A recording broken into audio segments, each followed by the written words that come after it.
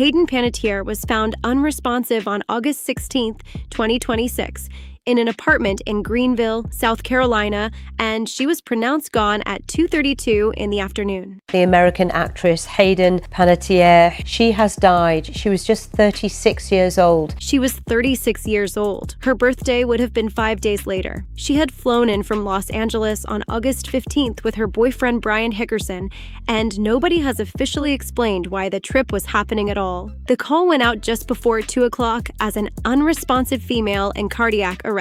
When officers walked through the door, firefighters and paramedics were already on the floor performing CPR, and they kept working on her for roughly 40 minutes before they stopped. That is the entire confirmed timeline of the last hour of her life, and everything else circulating online right now is either speculation or somebody guessing loudly. She was 5 days from turning 37, so let me take you through what has actually been established, what has not, and then who she was before any of this happened, because she was a great deal more than the last hour of her life. Hayden Panettiere's autopsy was completed on the morning of August 17th, and coroner Mike Ellis was direct about what it showed. She had no visible injuries, no trauma of any kind that could have contributed to what happened. The Greenville City Police Department said their preliminary investigation had not turned up any signs of foul play or suspicious circumstances, and detectives are running a parallel investigation alongside the coroner. A search warrant was carried out at the apartment, which sounds dramatic,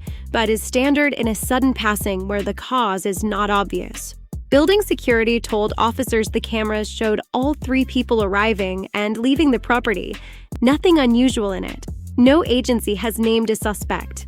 No agency has named a person of interest. There is no case being built against anybody, and I want that stated plainly, because a lot of accounts online are heavily implying otherwise, and they are running ahead of every single official statement made so far. Hayden Panettiere's cause of passing is officially undetermined, and it is going to stay that way for months. The coroner has said the cause and the manner are both pending, waiting on toxicology and further testing, and those results typically take 8 to 12 weeks. Her mother has said it could be 2 to 3 months. So realistically, we are looking at late October at the earliest before anything official exists. In the meantime, One Word has been doing enormous work across the internet. Dispatch audio from the scene captured a responder using the word overdose while requesting a unit. Arrest Justin Milboff, 701 East Bridge Road, apartment. Overdose, CPR is in progress.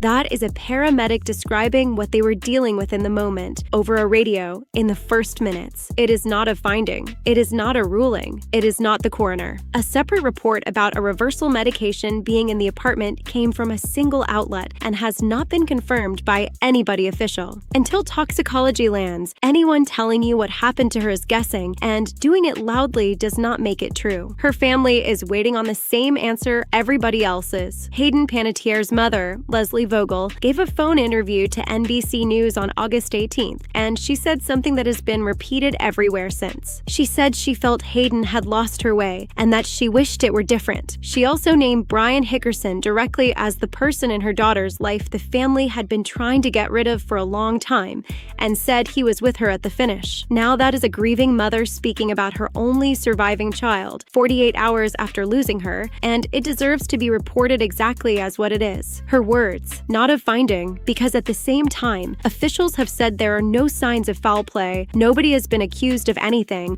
and the men present are documented only as the people who called for help. Both of those things are true at once, and holding them at the same time is genuinely uncomfortable. It is also the only accurate way to talk about this, while an investigation is still open. Hayden Panettiere took out a restraining order against Brian Hickerson in July 2020, and everything around it is a matter of court record rather than rumor. He was arrested in Los Angeles in May 2019, and again in Wyoming in February 2020. Prosecutors then charged him with 8 counts covering alleged incidents across roughly 9 months. In April 2021, he pleaded no contest to 2 felony counts of injuring a partner. The remaining 6 counts were dismissed, and he was sentenced to jail time, 4 years of probation, 52 classes, and a 5-year protective order. She spoke publicly at the time about coming forward to help other women in the same position. They reconnected afterwards anyway. She told people she was trying to live in a place of forgiveness, while making very clear that what he had done was not acceptable. And here is a detail that is almost too much. 3 days before she passed, A judge in Los Angeles denied his request to have those felonies reduced and cleared from his record.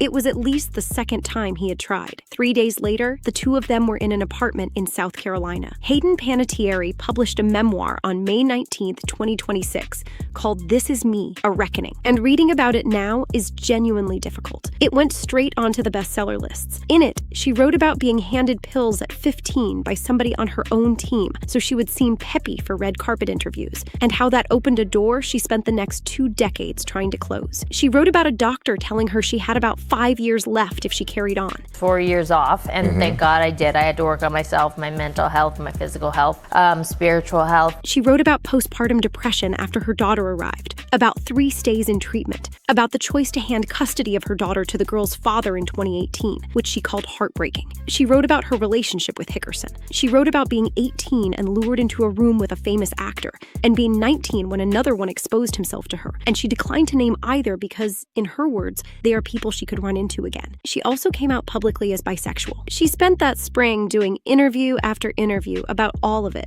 sounding steadier than she had in years. One friend from her childhood posted afterwards that she thought Hayden was coming back to life. 3 months later, she was gone. Hayden Panettiere sat down with Jay Shetty for his podcast On Purpose on May 11th, 2026, 8 days before her memoir came out. And that 2-hour conversation became one of the last long interviews she ever gave. She went through all of it with him. I found myself too often in bad situations. The childhood where auditions replaced playdates and school friends, the teachers who mocked her in front of her own class, the moment at 19 when she tried to separate the business from her family and her mother answered her with 3 words, "You owe me." She talked about handing over custody and about the life her daughter is building in Ukraine now. She talked about Jansen and said nothing in her life had ever felt like losing her other half. And then near the finish, she said the part everybody has been replaying since. She told Shetty she finally felt like she had shaken the darkness off, that one door had closed and another had opened, and she could feel it. She said she had a lot more life to live. That was 3 months ago. When Shetty posted about her on August 18th, he wrote that she had told him afterwards the conversation was healing, and that she called him a big brother who helped her be brave. His answer was that she was the brave one. Hayden Panettiere lost her only sibling, Jansen Panettiere, on February 19th, 2023, when he passed at just 28 years old. The medical examiner found an enlarged heart with valve complications. He was an actor too. They had grown up on sets together and appeared in 2 films side by side as kids. Hayden never really came back from it. She described losing half of her soul. She said the pain was not something you could measure, and that no matter how many years passed, she would never get over it. In the year that followed, she developed agoraphobia and barely left the house. And she was open about the weight she put on while grieving, which the internet then had opinions about, because of course it did. When her mother said on August 18th that she believes Hayden is with her brother now, and that the two of them are at peace, that is what she was talking about. Those two were a unit, and she said herself she never learned how to be without him.